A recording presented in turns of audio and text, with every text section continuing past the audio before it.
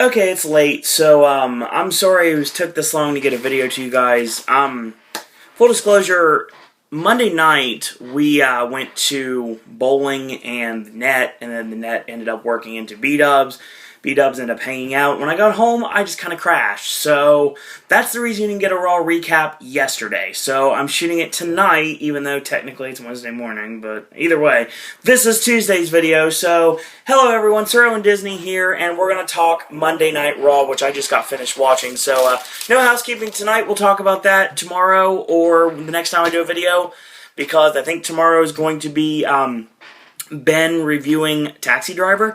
But I'll think about that later. So we'll start the show. I just finished watching Raw, so let's talk about it.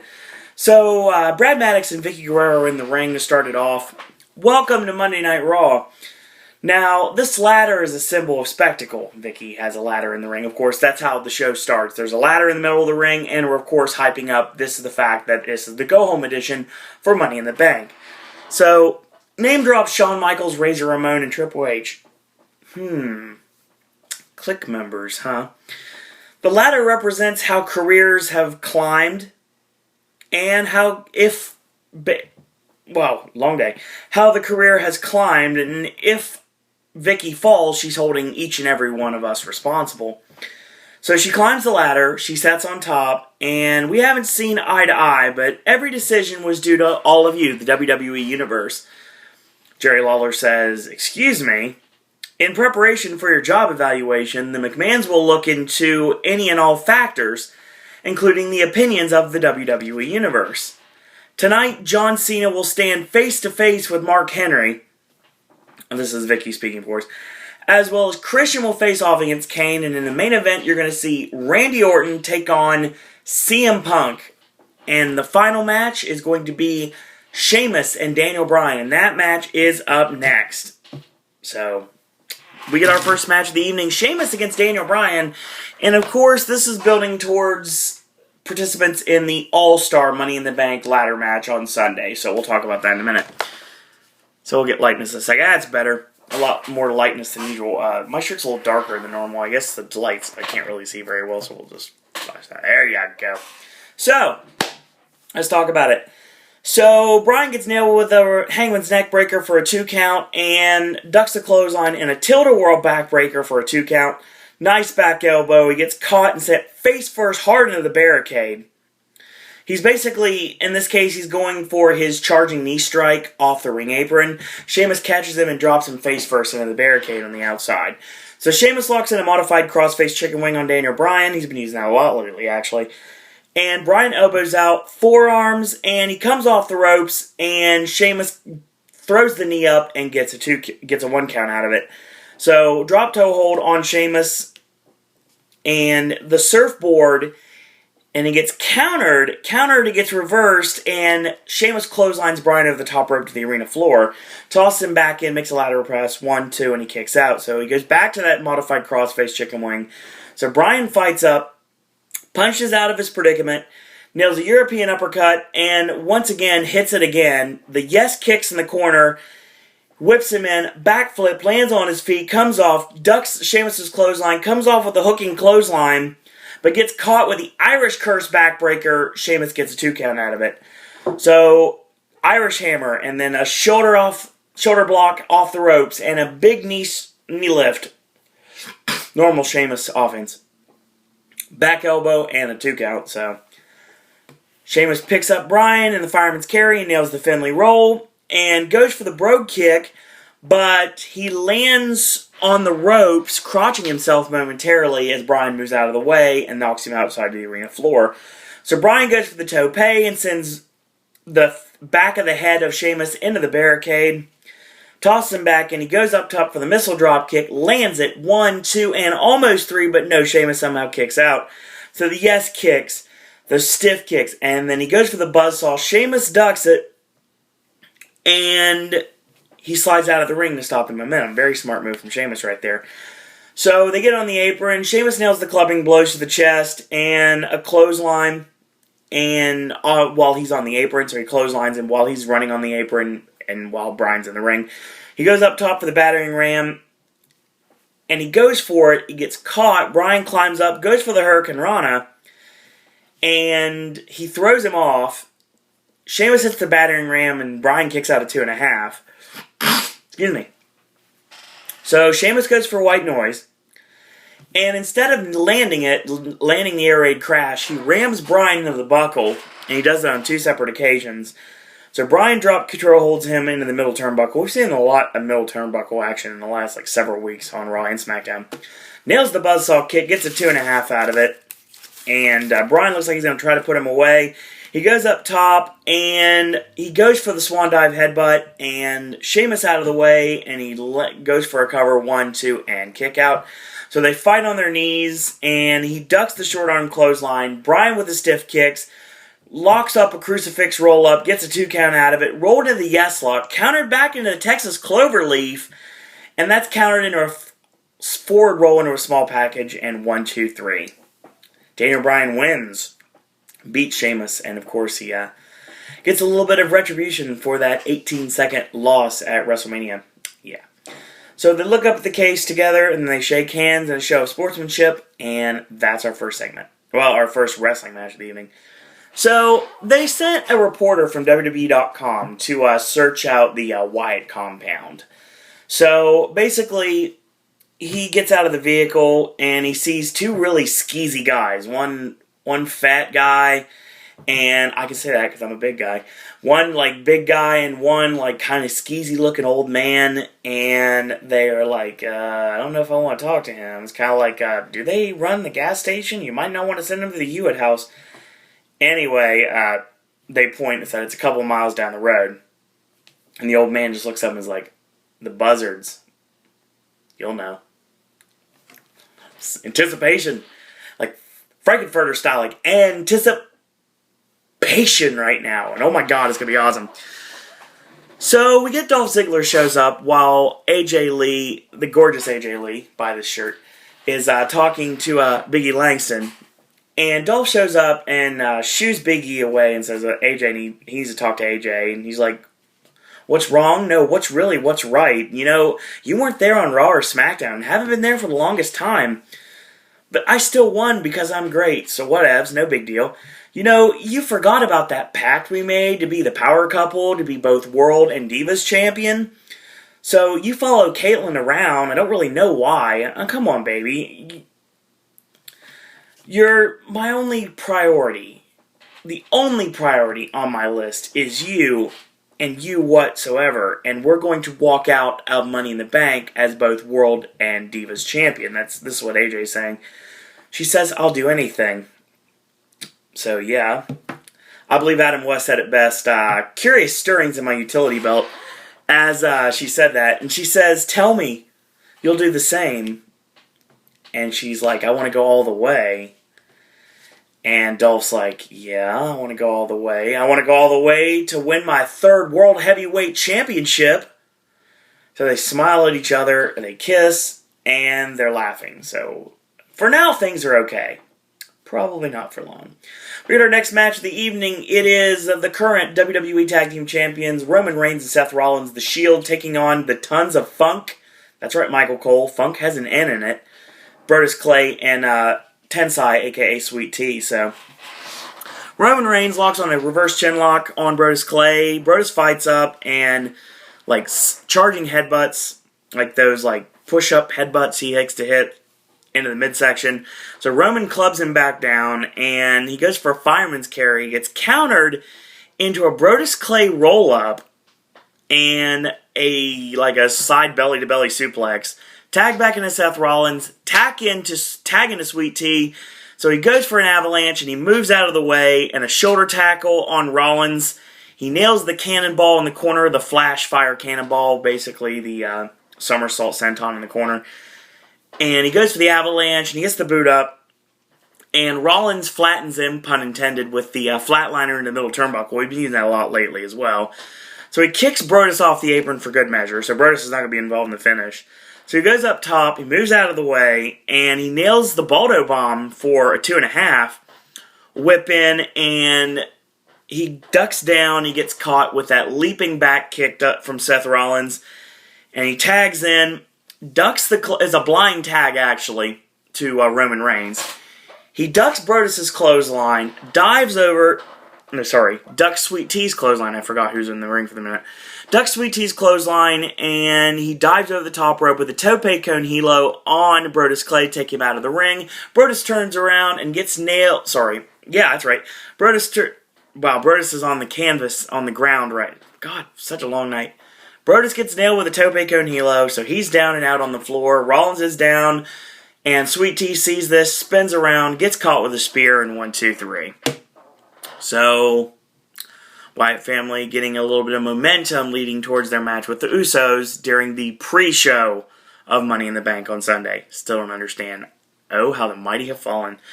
So the reporter once again is looking for the Wyatt compound, and he runs into this white Texas Chainsaw Massacre style, like I said, the Hewitt house. And in the background, he sees Eric Rowan still wearing the lamb mask, and he is chopping wood. And the camera kind of focuses on it, trying to see him chopping the wood, and all of a sudden, when the camera pans back, Luke Harper is right in his face, and he's like, hey, follow me. And more anticipation. Oh my god, this is going to be awesome. Cannot wait for this. So, John Cena comes out. We got a riled up crowd tonight. Yeah, sure we do, John. I would think Money in the Bank was tonight with the way this crowd is fired up. Now, earlier Mark Henry just had to get on Twitter and said he wanted to talk to me. Well, I'm here. You know what? I'm here in the ring. You know what? We're just missing the world's strongest man.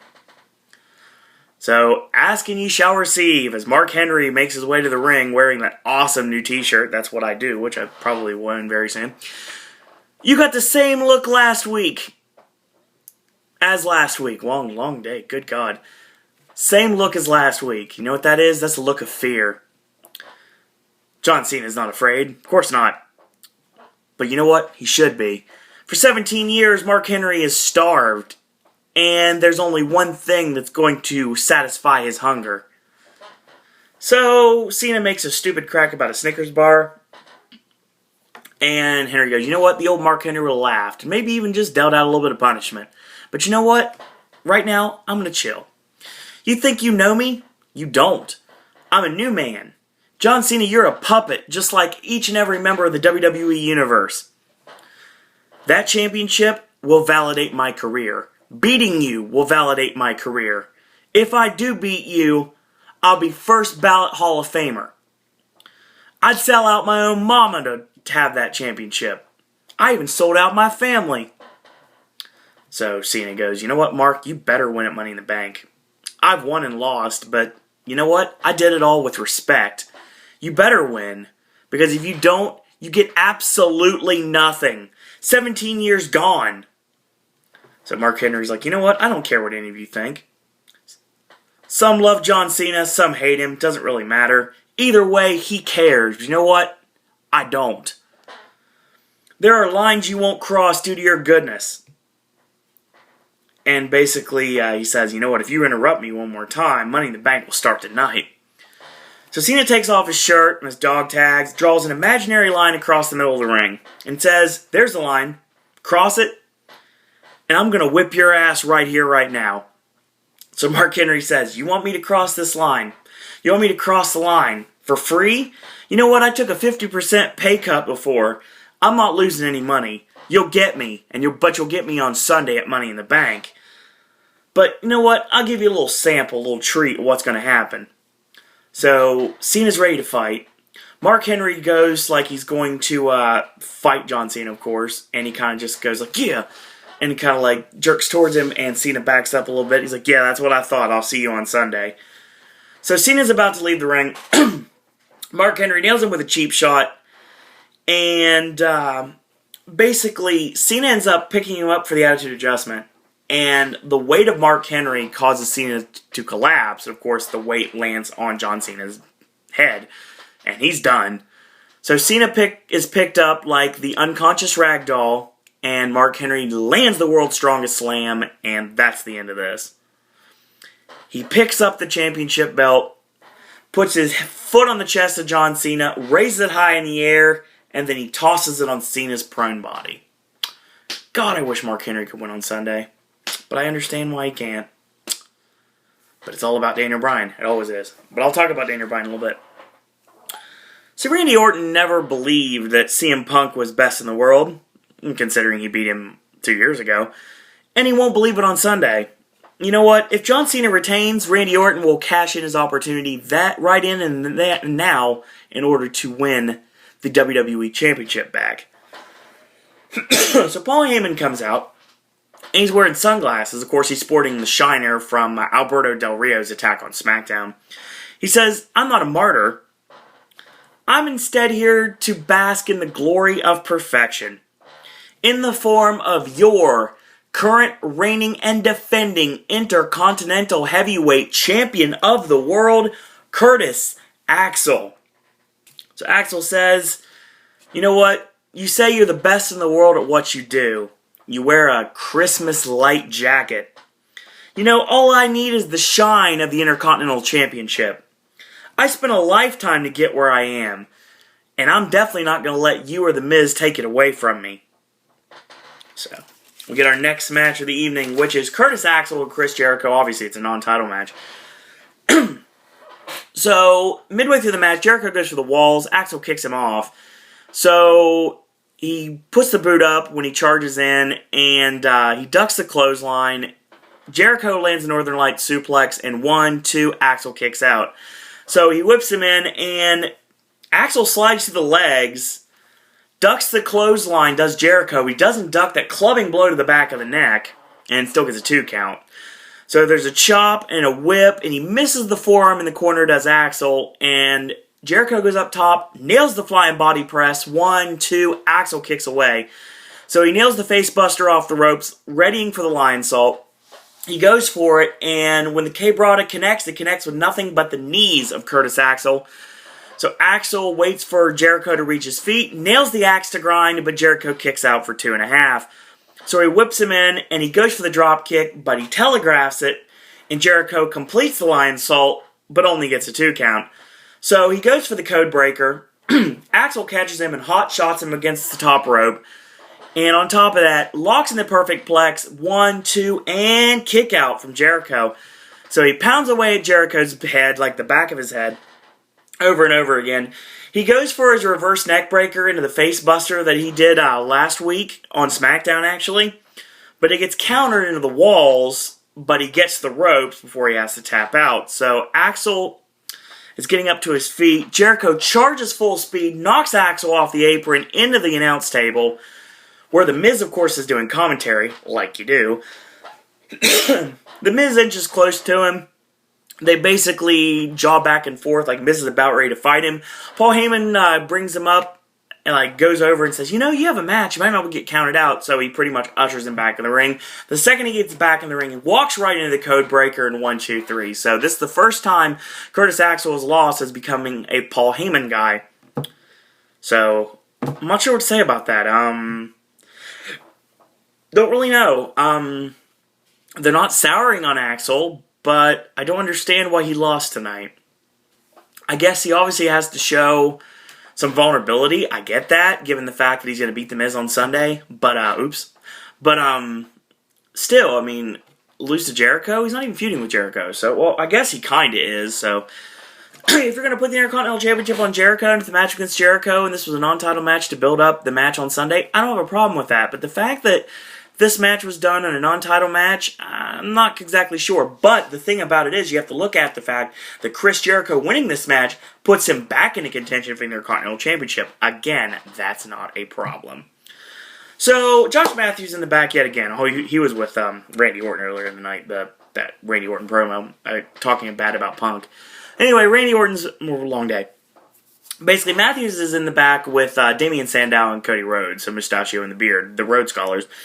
And they pretty much just use the way of thinking that they would be happy if either one of them walked out with the Money in the Bank briefcase. That's not a problem. So Zeb's Militia walks in. Of course, that is Zeb Coulter, Antonio Cesaro, and Jack Swagger. They walk in, and basically Zeb says, "You know, soon money will be worthless. Cody, you should know that, being the son of the American dream. This nightmare is just beginning." So Wade Barrett walks in and says, the only person to win Sunday is going to be me. So Zeb Coulter's like, you know what, I don't understand anything you're trying to say. Do you speak English? And Barrett's like, I speak the Queen's English. So Fandango walks into frame, and he gets ready to dance. And he says, Fawn! And Cody Rhodes shuts him off, so don't say it. And then he's like, he looks at him, and he smirks and goes, Fawn! And Barrett's like, don't! Yeah. And then he's like, Fawn! And Zeb Coulter's like, don't you say it. And he's like, Fawn! Dong! Bullhammer! Fandango gets knocked on his ass, and everyone starts laughing at his expense. He's clutching his jaw, and the final scene of this segment is Zeb's militia and the Rhodes Scholars staring each other down. I want to see this match, definitely. So that's the end right there. So, once again, the poor WWE.com reporter is still searching for that Wyatt compound. So he follows Luke Harper, and he says, don't stray. So, all of a sudden, you just hear the words, obey, obey, obey.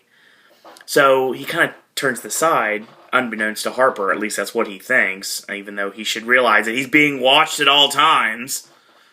And he sees this guy standing there in kind of a trance-like state, and he's like, obey, obey. And Harper just chides him, says, I told you not to stray. So the lights flicker, and he points to a door. You see the door open, and he's like, go, points to it. So he opens the door, and there he is. For the first time on WWE television, you see Bray Wyatt in the flesh. So the reporter has found Bray Wyatt, and Bray's like, here you are. Come on in. I've been waiting for you. We'll see what happens with this. Obviously, this is not the last of this segment whatsoever. So, next match of the evening, Alberto Del Rio in a non-title match against Sin Cara. So the bell sounds, and of course the blue light special Kmart lighting starts. The mood lighting is there right away. And Sin Cara hits a snap and a Hurricane Rana and a kick to the chest, but only gets a 1 count on the World Heavyweight Champion. He goes up top, and Del Rio counters with a step-up enziguri, knocks him off the top, and gets a 2 count out of it. So he drops the knee on the back of the neck several times, and whips him in, and he gets caught with a handspring back elbow, and Del Rio is in trouble. Sin Cara goes for more offense, and he gets nailed with a step-up enziguri for a 2 count. Dolph Ziggler's music hits, and he comes out with a microphone while a roll-up is being attempted. Clothesline, and I'm going to introduce you like you deserve to be introduced. Ladies and gentlemen, let me introduce to you a man who flaunts his massive wealth to overcompensate something not so massive. So there's a cover for 2, he ducks the clothesline into a German suplex with a release. A coward who tried to end my career. Super kick on Sin Cara. The loser of the match, Alberto Del, and he starts getting attacked from Del Rio, so they brawl outside the ring, and Del Rio gets the upper hand, sends Dolph down to the ground, and stomps him viciously in the back of the head. So, next thing you know, you see Sin Cara dive with a double springboard off the ropes with the plancha on Del Rio, and Dolph smiles and exits to the back. So, now before we get started with this next segment, I had to do this almost verbatim for the rest of the show because this McMahon job evaluation on Vicky Guerrero, which apparently was supposed to be kind of like a knock on TNA's gut check, but it seemed more like a really, really, really uneventful version of The Celebrity Apprentice. Let's talk about it. So, Vicky's job evaluation. Well, the McMahons came out, so they're here. Stephanie gets on the mic and says, you know what, I'm here to evaluate your job performance.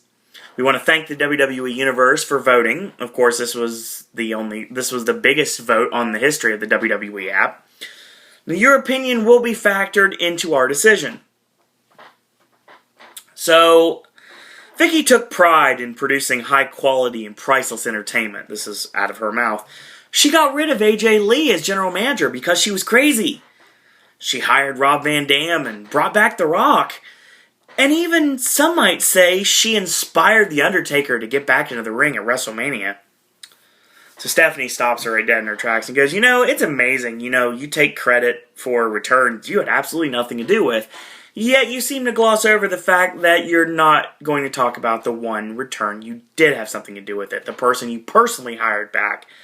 And that is Brock Lesnar. Brock Lesnar took out both Vince and Triple H, obviously. You must take responsibility for your actions. Now, do you think bringing Brock Lesnar back was a good idea? Vicky, of course, says, I thought I did the right thing for business, because that's what Vince always taught me to do the right thing for business. She had no idea they would attack them, and she's totally sorry to both of them for Brock's actions. So Vince says, what? She has no reason to apologize. Bringing back Brock Lesnar was a stroke of genius. He believes she is highly entertaining.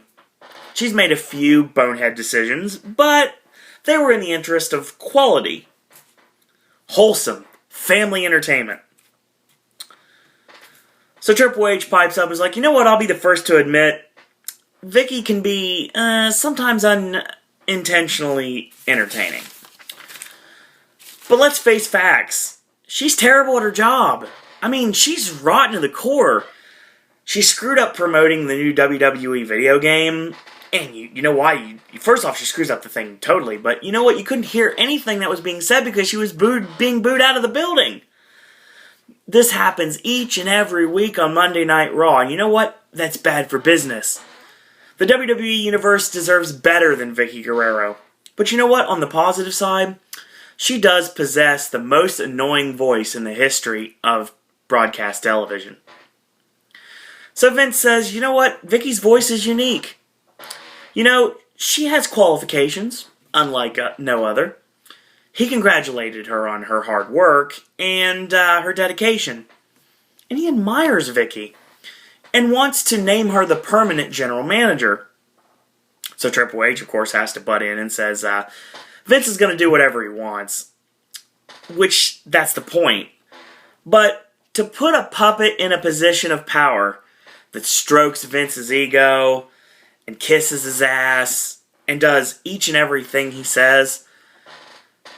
So Triple H proposes the idea that since Stephanie called this meeting and set up this job evaluation, she be the one to decide Vicky's fate. So of course Vicky's kind of like, this isn't going to be good.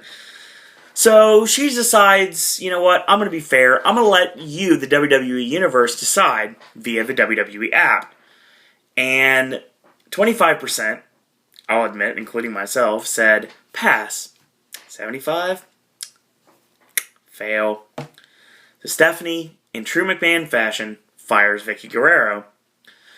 So she begs for her job, she gets on top of her desk, and she's in tears at this point. So Vince stays in the ring while Triple H and Stephanie bum out, of course. And, what's the matter with you? You know what? The WWE Universe just broke Vicky's heart. Vicky didn't fail. Each and every one of you did. We need a new general manager. And we deserve a new general manager. And I'm going to pick that person right now. Vince makes the new Raw general manager permanently. Brad Maddox. I approve of this. I love Brad Maddox. I don't care what anybody says. I think Brad Maddox has got great charisma. He's not great in the ring, but that is okay now because he doesn't have to be. It's kind of like how Josh Matthews wasn't really great in the ring. He was serviceable, but he wasn't great in the ring, so that's why he transitioned very well to be a backstage interviewer and a commentator. Brad Maddox has the charisma to be something on the mic, so making him the GM, I don't have a problem with that. And obviously, Vince has something up his sleeve because he says somehow he'll make it right. So Brad is completely sorry about what happened. He thanks Vince, goes to shake his hand. He says, you know what, you're not going to regret this decision. And we're all going to miss Vicky. Brad Maddox is going to pick up where Vicky left off. And Vince is like, are you going to take your hand off anytime now? You're going to take your hand away from anytime now? So don't be smug. I just gave the universe what they wanted and what they deserved. So Vicky smacks Brad Maddox and attacks him, like clawing away at him. At some point, she rips Vince's coat and she ruins his jacket. And Vince, of course, is not happy with that. So, fun time coming up. Next match of the evening, Kane against Christian. Of course, two other superstars in the All-Star Money in the Bank ladder match on Sunday. So, first thing I want to talk about is the fact that right before the match starts, Christian comes out and the Titantron of Michael McGillicuddy is played momentarily. And then you hear, probably in the background, if I had to guess, the sound of a guy being completely destroyed because he's being fired and kicked off the premises due to the fact that he screwed up so big on a live television program. So, Christian goes for the tip-up into the sunset flip, and he tries to bring Kane over, and Kane with a big right hand. Christian with a drop toe hold on the middle ropes, and straddles him, stepping on the back of the neck like he normally does. So, he boots a big boot from Kane, goes in for the over-the-shoulder power slam. He slides down. Christian low bridges Kane, sending him over the top rope to the arena floor. So, he goes up top, he dives on Kane, and we come back to commercial break. He nails a tornado DDT and 1-2, and he kicks out. Goes for the kill switch, gets shoved off, ducks the clothesline, and a big boot from Kane. He goes up top for the flying clothesline, Christian out of the way, and he goes for the spear. When he charges in for the spear, Kane goozles him quickly, choke slams him in 1, 2, 3. Kane wins. He points to the briefcase, and all of a sudden, the Titantron goes black. We see a little bit of jumbled footage, and all of a sudden you see Bray Wyatt rocking in his trademark rocking chair. I have no followers, only brothers and sisters, all in the name of cause. And we see flashes, like lightning flashes, of Rowan wearing the mask and Luke Harper in the background. People are sheep. You understand me? They can't lead themselves. They need to be led. People buy and sell fear. They worship war. They crave war. And I'm not afraid of their wars. I created wars. And I think it's time for the masses to wake up. Wake up! Wake up! And look at this life that we're living in. The world is deteriorating between their toes, and they do nothing about it. They whisper and they wonder, but they never do anything about it. I've seen it all in my dream. I've seen it all in my dreams and in my thoughts, and above everything else, I understand. This is not the beginning. It's the end. So he stands there, he lights the lantern with Harper and Rowan behind him, blows it out. We're here. And then, oh my God, Broken Out in Love starts, and screw this. I'm doing this my way. This is how we roll here on Pop, folks. I love this song, so we're going to go with it. Here we go.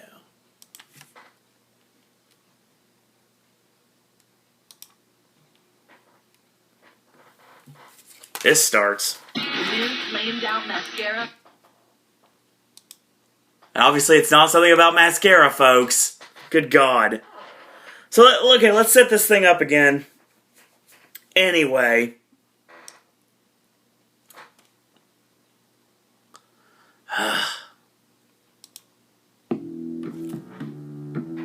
Oh my God. So this music starts playing. The fans go nuts in Baltimore. Like, there's a huge pop for the Wyatt family right away. And,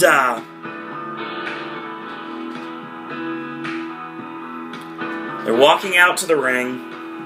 He's got Harper and Rowan on each side of him.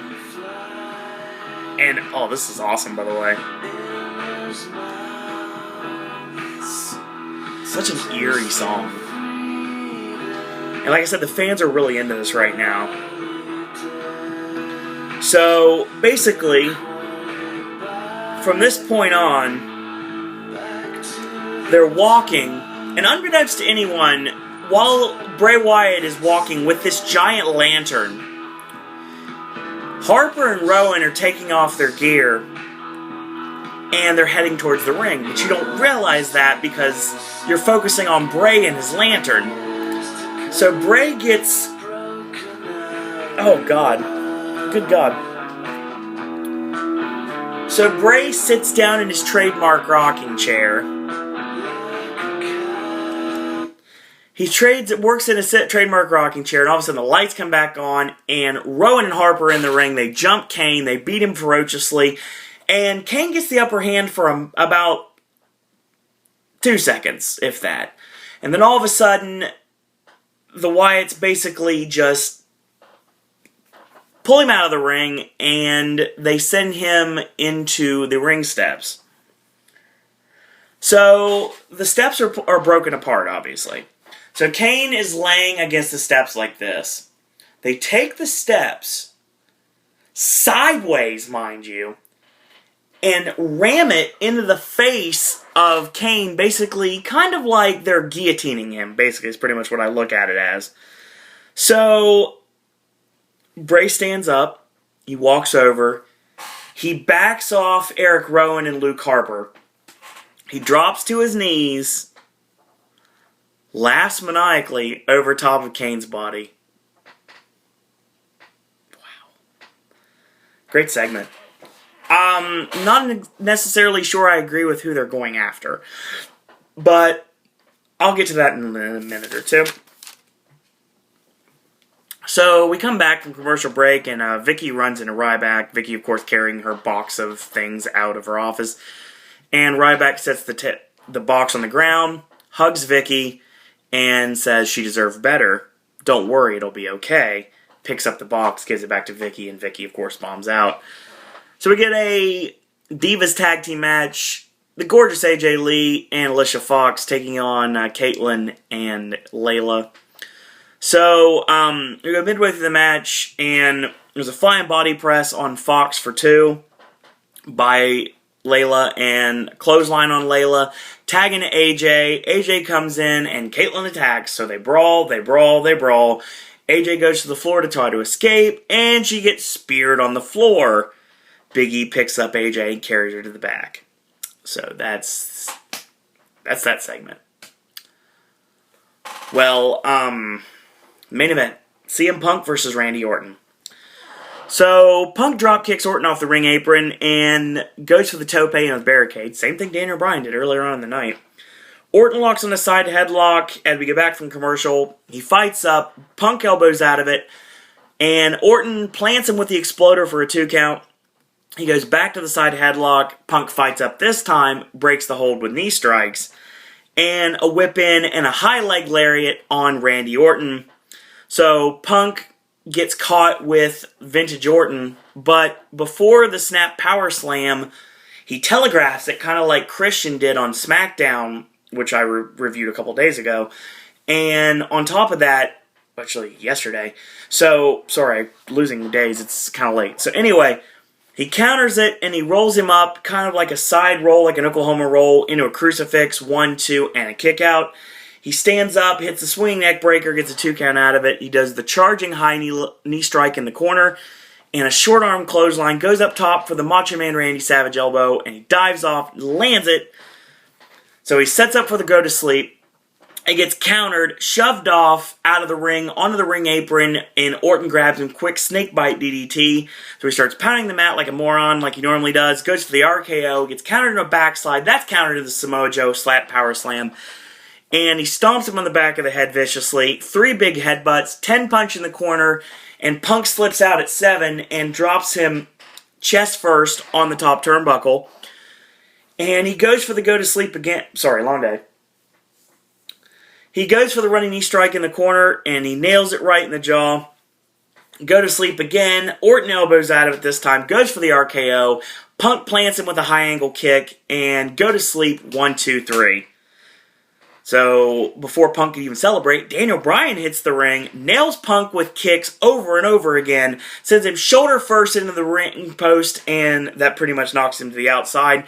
He goes out of the ring, grabs the ladder. Randy Orton is like stirring, trying to get to his feet, and Bryan plants him with the ladder, sets the ladder up in the center of the ring, climbs it, grabs the Money in the Bank briefcase, and that's how we go home on Raw.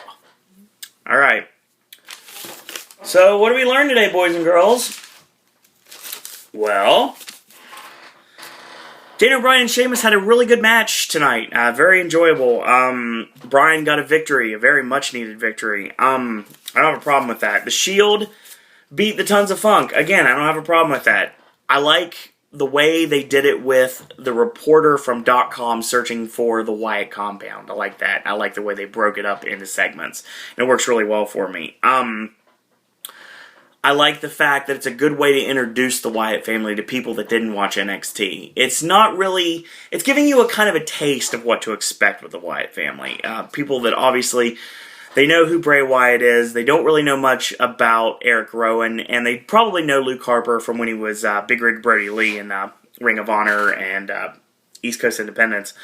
So, Alberto Del Rio and Sin Cara had a good match. Dolph Ziggler comes out and tries a ring introduction and basically makes fun of Del Rio. So, of course, apparently they're going to meet on SmackDown. There's going to be a rematch of this on SmackDown. So that's got an interesting finish to it, but I'll talk about that later. So, basically, we have seen the last of this Sin Cara ADR feud. Vicky's job evaluation was way too long. I don't mind the McMahons on television, but yeah, they don't need to be a focal point. Vicky gets fired and replaced with Brad Maddox. I don't have a problem with this. Most people I know do. I think Bane Maddox will make it a great GM. I don't have a problem with that at all. So, John Cena and Mark Henry had a face-to-face, and Cena dares him to cross the line, and Mark Henry makes him look like a fool, plants him with the world's strongest slam, and leaves him laying for dead. Obviously, the last scene we see on that segment is basically Mark Henry raising the WWE Championship in the air. As much as I hate to say it, that's probably the closest that Henry's going to get to that championship, which I'm sad to say, but it looks like they're still going with Bryan and Cena at SummerSlam. Again, I don't have a problem with that. But, basically, Curtis Axel and Chris Jericho had a really good match, really enjoyable match. No problems with that. Jericho gets a win over Axel. Interesting. So we had an interesting little back and forth between every participant in the all-heel Money in the Bank ladder match for the World Heavyweight Championship Money in the Bank briefcase.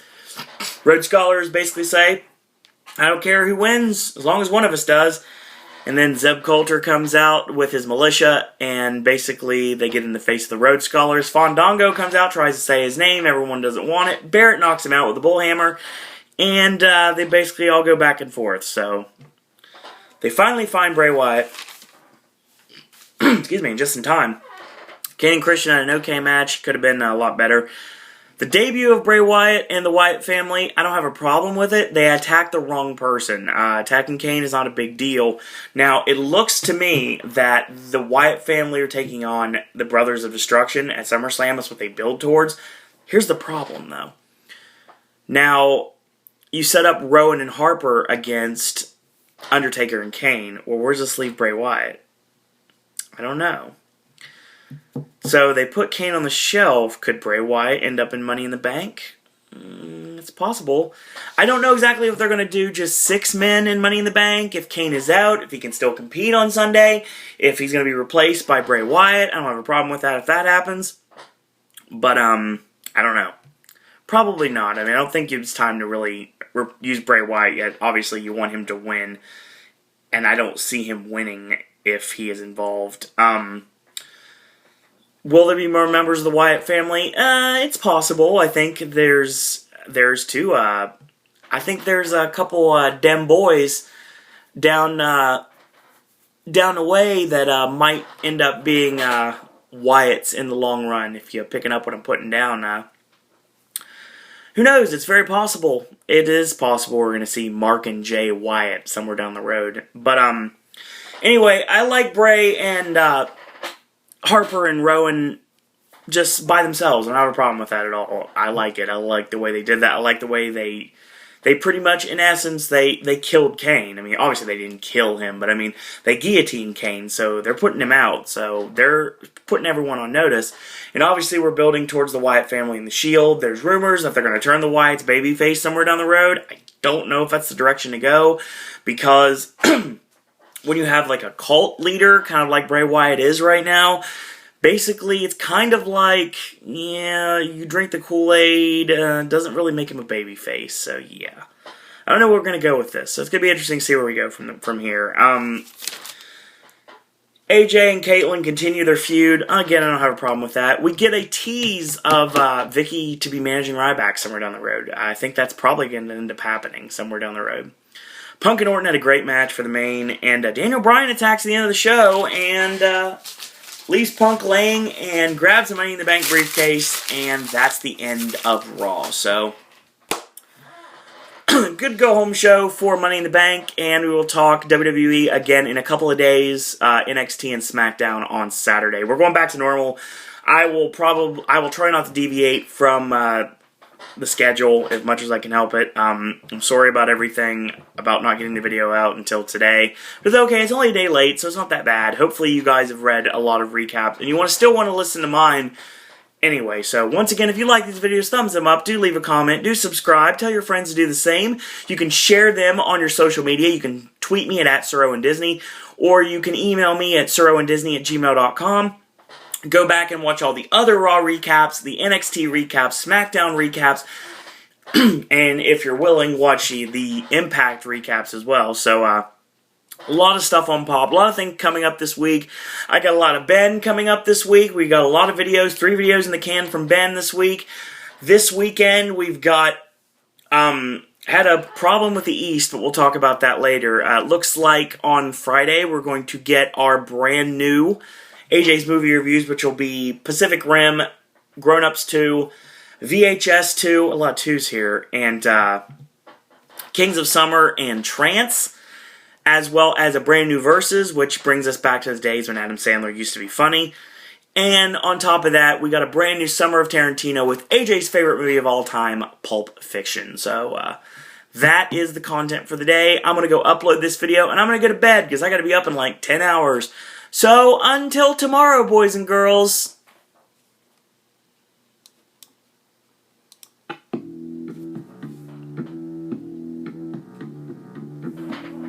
They're here.